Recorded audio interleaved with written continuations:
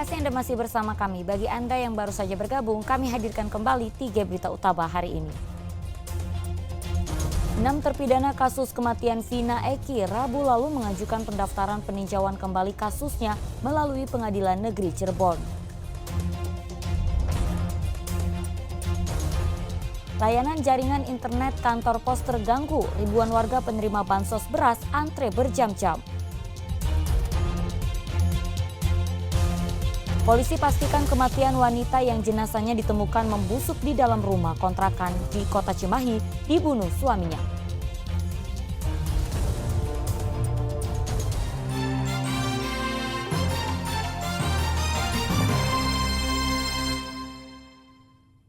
Ya, hampir 5 tahun ratusan keluarga korban pergerakan tanah di Kecamatan Nyalindung, Kabupaten Sukabumi tinggal di hunian sementara. Saat ini relokasi kampung mereka telah selesai dan bisa ditempati. Setelah hampir 5 tahun menempati rumah tidak layak huni akibat bencana pergerakan tanah di Desa Kerta Angsana, Kecamatan Nyalindung, Kabupaten Sukabumi, kini 129 keluarga penyintas bisa merasakan tinggal di tempat yang lebih layak.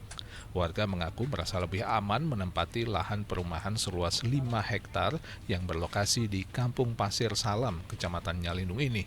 Meski jarak lahan pertanian mereka cukup jauh. Menempatin rumah ini gimana rasanya, Pak?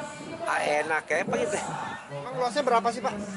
Hari tempat bumi nama pukul 57-nya Mas Sur. 57. Hari tempat mah 7.13. Bapak tinggal di sini sama siapa aja, Pak? Istri, anak 2. Terus kalau pekerjaan sehari-hari Bapak apa, Pak? Tukang bikin pagar. Oh, bikin pagar. Tapi sekali-kali ke ladang, Pak? Ke sawah? Sama nomor 1 tani. Oh. Pencaharian nomor 1. Meski dinamakan hunian tetap, warga tidak memiliki rumah ini, sehingga rumah dan tanahnya tidak bisa diperjualbelikan, hanya bisa diturunkan ke anak mereka. Alhamdulillah tinggal di sini tuh rumah baru betah. Soalnya rumah yang sana udah mungkin nggak layak ditinggalin ya.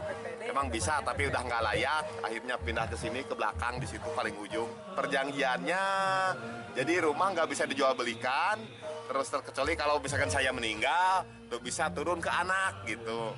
Kalau jual misalkan saya nih udah saya nih nggak betah nih tinggal di rumah mau dijual aja, nggak bisa. Jadi harus tetap aja gitu tinggal di sini. Hunian tetap ini dibangun oleh Pemkab Sukabumi bekerja sama dengan Badan Pengelola Keuangan Haji dan Darut Tauhid Peduli. Karena didanai dari penyisihan hasil pengelolaan uang jemaah haji, kampung ini pun dinamakan Kampung Haji dan fasilitas umum bagian tengah permukiman ditempatkan miniatur Ka'bah yang bisa digunakan untuk warga melakukan latihan manasik haji.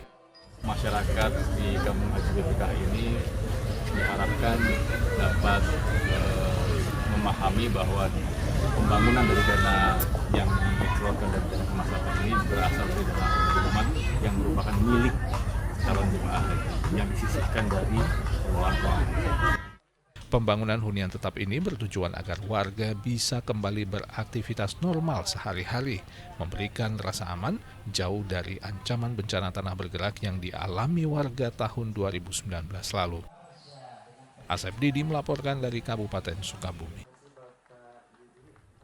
Ratusan warga menyerbu pasar murah yang digelar Pemkab di alun-alun Sumedang Kamis pagi.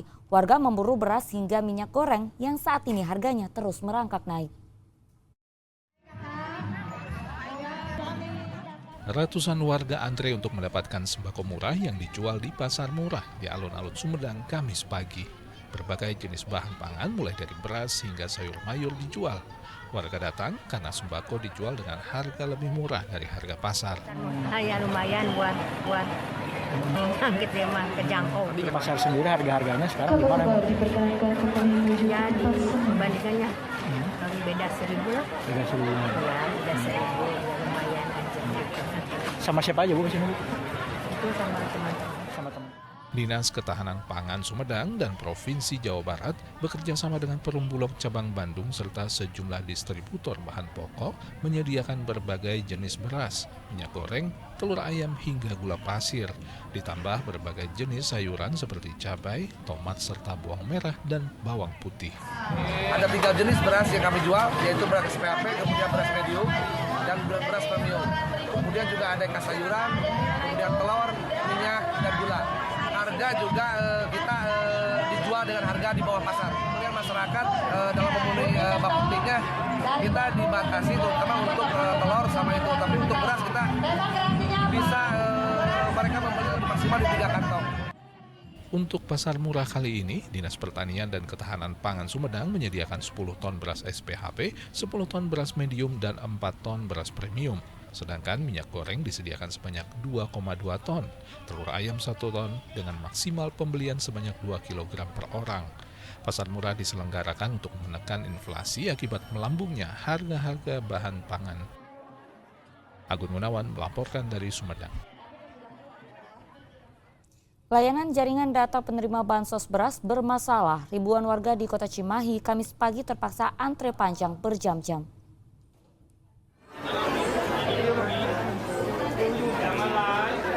Hari terakhir pembagian beras bansos untuk warga Kecamatan Cimahi Tengah, Kota Cimahi, lebih dari 1.000 warga sudah sejak pagi antre di kantor pos Cimahi. Namun waktu tunggu warga semakin panjang, terutama saat proses pencocokan data penerima yang menggunakan perangkat komputer. Pencocokan data sempat tertunda 1 jam karena akses jaringan internet bermasalah.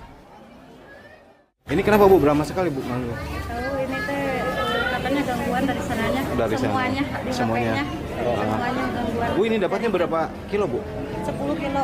Ini cukup berapa hari Bu? Ya, nggak tahu ya. Hari ini mungkin 10 hari. Petugas kantor pos mengakui kendala sambungan internet Kamis pagi itu terjadi tidak hanya di wilayah Kota Cimahi, tapi juga dialami kantor pos di seluruh Indonesia. Kalau untuk Hamata sendiri memang ada gangguan di di sistem, meskipun gangguannya memang seluruh nasional. Jadi memang tadi terkendala, tapi alhamdulillah cuma sebentar sih, nggak lama. Tadi sempat terkendala berapa jam Pak? Kurang lebih 20 menitan. Dari data kantor pos, penerima bansos beras di wilayah Cimahi Tengah mencapai 11.000 warga. Pembagian dilakukan selama 3 hari agar warga penerima tidak menumpuk di kantor pos. Setelah Kecamatan Cimahi Tengah, pembagian beras bansos juga akan dilanjutkan untuk warga Kecamatan Cimahi Utara. Total warga Kota Cimahi yang menerima bansos beras tercatat mencapai 32.000 keluarga. Muhammad Abbas melaporkan dari Kota Cimahi. Gunakan lahan milik Perum Perhutani TNI Angkatan Darat bersama investor swasta mempekerjakan warga sebagai petani penggarap lahan tanaman jagung dan coklat.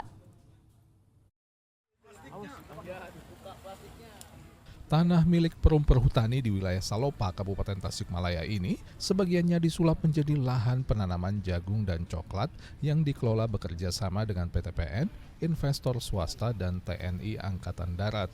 Nantinya di lahan seluas 19 hektar akan ditanami jagung, sedang 30 hektar lahan lainnya ditanami coklat atau kakao. Dalam model bisnis ini, investor akan mempekerjakan warga yang tinggal di pinggiran areal hutan milik Perum Perhutani sebagai petani penggarap dengan upah tertentu dan akan mendapatkan tambahan penghasilan jika hasil tanamannya sesuai target. Hingga perusahaan itu banyak melakukan individual program atau menangani sendirilah secara modern. Tapi itu boleh berhasil secara hasil pangan bisa, tetapi masyarakat di sekitar masih miskin. Nah ini yang kita coba konsep ini kita perbarui sehingga pertanian maju tapi masyarakat juga, petani juga sejahtera. Sebelumnya warga sekitar menggarap lahan untuk menanam jagung, singkong, dan pisang. Dengan mekanisme kerjasama baru ini, warga berharap bisa mendapatkan penghasilan lebih baik. Kalau dari petani sendiri hanya tenaga saja ya Pak ya? Tenaga lah kasar. Jadi kayak bibit dari perusahaan, dari pasrat, pasir, bibit, pupuk kan, obat dikasih kan. Jadi Bapak tinggal ngerjain. Tinggal ngerjain saya. Mudah-mudahan kalau berhasil ya pasti dia mengikut semua. Iya. Lebih luas lagi ya. Iya. Buat Bapak kalau ini berhasil sangat menguntungkan Bapak. Ya untung kalau bagi saya kalau hasil gitu.